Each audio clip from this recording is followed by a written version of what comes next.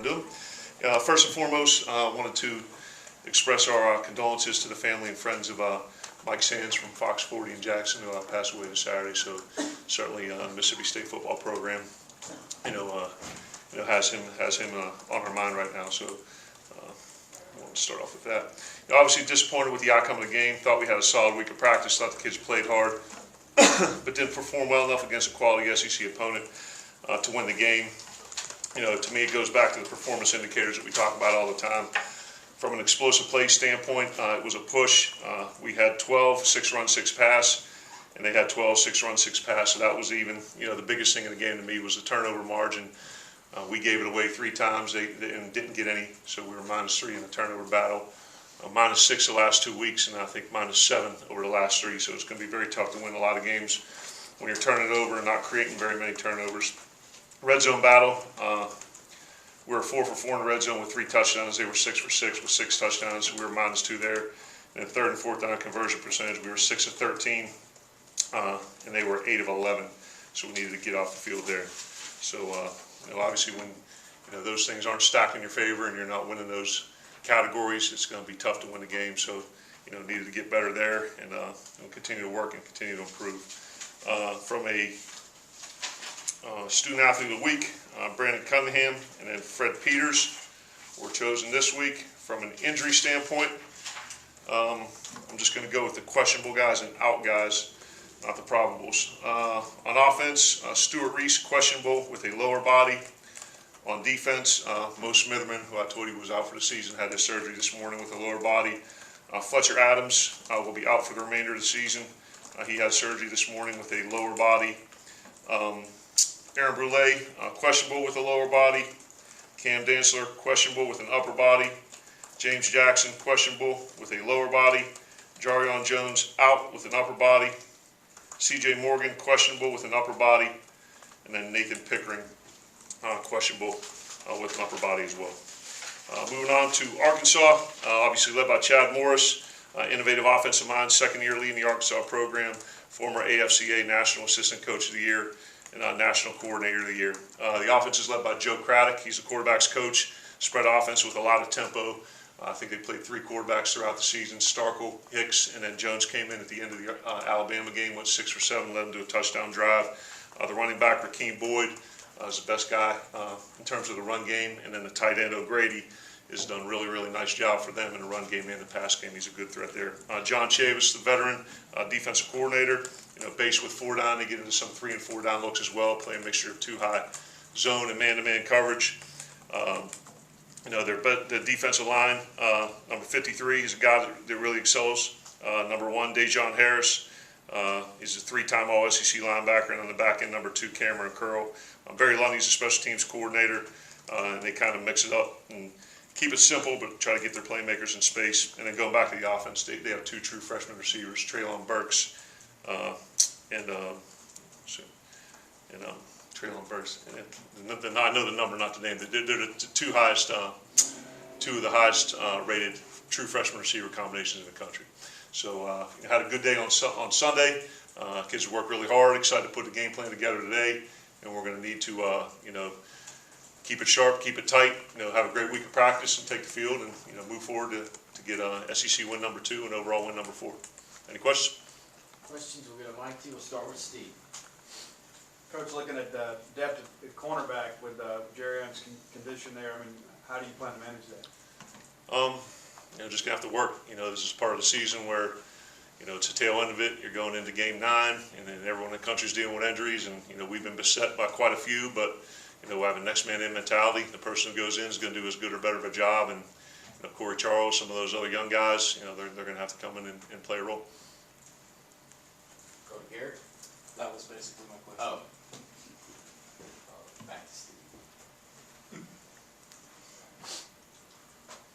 Coach Kylan Hill kind of had a return to form this past weekend, like he was running angry again. What did you see from him when you had a chance to reevaluate your tape? Yeah, first and foremost, I thought the offensive line did a good job being physical up front, getting a push, creating some movement, some horizontal and vertical schemes in the defense.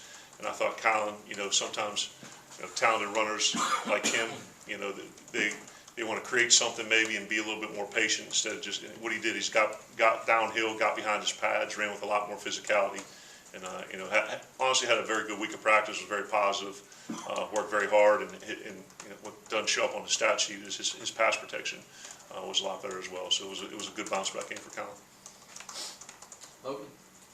Joe, the offense the last 4 weeks has only had 6 points in the first quarter. Have you ever had a stretch like that where the offense has been so slow out of the gate, and what do you do to kind of correct that? Yeah, I'd have to look back. One of the things we charted is first drive score. I think we hit that maybe 3 times early on and haven't had it since. And kind of put a early game script together of plays where you're trying some different things and different formations to kind of see what they're in. But I can't say that I recall that happening, but it's making sure we're making the right calls when we do, making sure the kids are executing. Ben? Joe, you talked about it a little bit post game, but with Garrett struggling in that first half, what did you see maybe from him the first half that maybe stuck out, and in the second half, what stuck out about maybe getting him going a little bit better? Yeah, I don't think he was necessarily pressing it, but some of it was accuracy issues, some of it was reads, some of it was protection on the third down stuff, and I think we got in and kind of made some adjustments and just some things that were right in his face, some things were more progression oriented, maybe full field oriented. And I was able to get his feet underneath him and set in the pocket. I thought he bounced back nicely in the second half. Tyler, then Paul? Given where you guys are in the standings, where Arkansas is in the standings, how desperate do you think both teams will be, and how does that change kind of the scope of the week and then leading into the game especially? No, I don't think there's desperation by necessarily any means. I think, we're certainly focusing all of our concentration and all of our efforts and practice preparation to make sure we're doing everything necessary to go out and perform and play well this week and get a win this week. Coach, obviously injuries have played a role on the defensive side of the ball, but when you look at that film from the A&M game in the previous week, what things do you see that are fixable that need the most attention to fix on that side of the ball? Yeah, I think outside the explosive plays, we really didn't get off the field on kind of the third and medium downs, 3 to 6 or 3 to 7, and brought some pressures and had some guys, free to the quarterback, and they were either a step slow and didn't get in his face or knock the ball down or knock the quarterback down. And, they had some very talented receivers that were able to create some separation, either, inside when we were outside leverage or outside when we were inside leverage, and then just some of the tackling at the end of it. So I'd say those are the things that, from the game require most attention. Logan and Steve? Before the game on Saturday, y'all did the circle drill. I don't know that I've ever seen that at this level. What kind of brought that on? Whose decision was that? And what made you decide to do that? Yeah, I've seen that through 21 years. Seen some other people do it. I remember Al Golden used to do it at Temple, Miami, and some other people. But just talking with the captains and leadership council, we meet every Sunday night, and just some other things. Talk about playing with energy, playing with emotion, getting the guys fired up.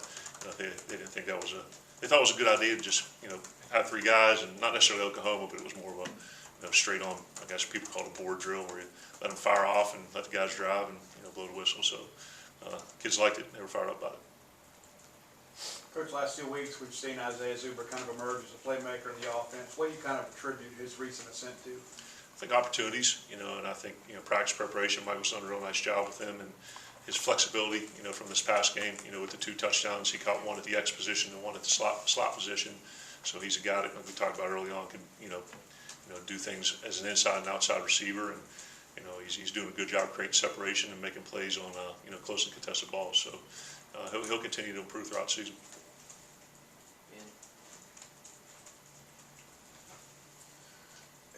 Joe, I know talking to Jaquarius after the game, it said that guys are just kind of tired of losing at this point, but with sort of the way the schedule breaks down, I know you're still looking just 1 week ahead, but with the way it shakes out, with some games ahead of you that seem winnable, at least on paper, I mean, does that give guys some confidence even when you go through a losing streak, at least just knowing there's opportunities ahead? Yeah, I think that's, all of us players, coaches, everyone in the program, when you make the decision to come to the SEC and the SEC West, you understand it's going to be, small margin of error and the best brand of college football in the country. So, we have a tough schedule. I think I saw one place where it was rated, 3rd toughest in the country. And you have some teams that we played early on playing well, but we can't look past anything than what we're going to do at practice tomorrow, and then on Wednesday, then on Thursday, and on Friday, playing with great effort and executing well. So I don't think you say maybe there's a cumulative effect that it wears on the kids because they're young, psychologically a little bit, but they, this day and age with technology and phones and things like that, they have short memories, so we put it to bed on Sunday and we moved on to Arkansas. Steve.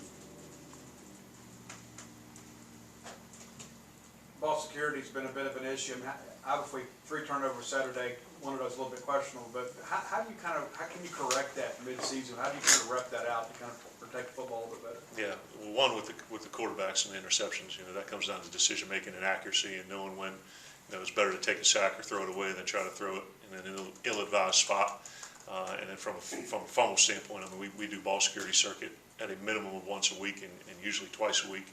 So, it's just about habits, keeping the ball high and tight, not letting it get away from your body. So that is something that we drill every week in practice, and obviously need to, continue to do a better job with it. David. Some of the short kickoffs on Saturdays, were those called just mishits by the kicker, or what's the strategy on either kicking long or kicking short? They were all deep left. 2 of them were mishit. 2 of them, I think, were into a bit of a wind. That's why in the second half we decided to not squib kick it, but kind of drive it on the ground and keep it underneath the wind. But yeah, no, we certainly weren't trying to pop those things up high and have them catch it on the 15. Those 2 of them were mishits.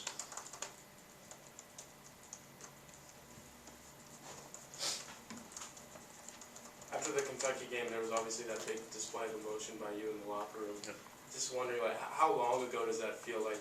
The course of an SEC season, you talk about, there being highs and lows. There's been more lows of recently. Just how long ago does that feel, and how, I don't want to say desperate again, but, how, are you guys looking for a moment like that to kind of rewrite some of the wrongs of the past? Yeah, I think, regardless of the team, regardless of the situation, there's going to be highs and lows in any college football season.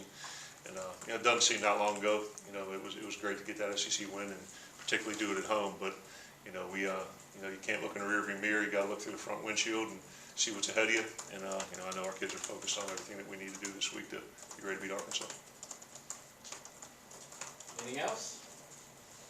All right, thank you. Appreciate it, guys. Have a great day. Hail State.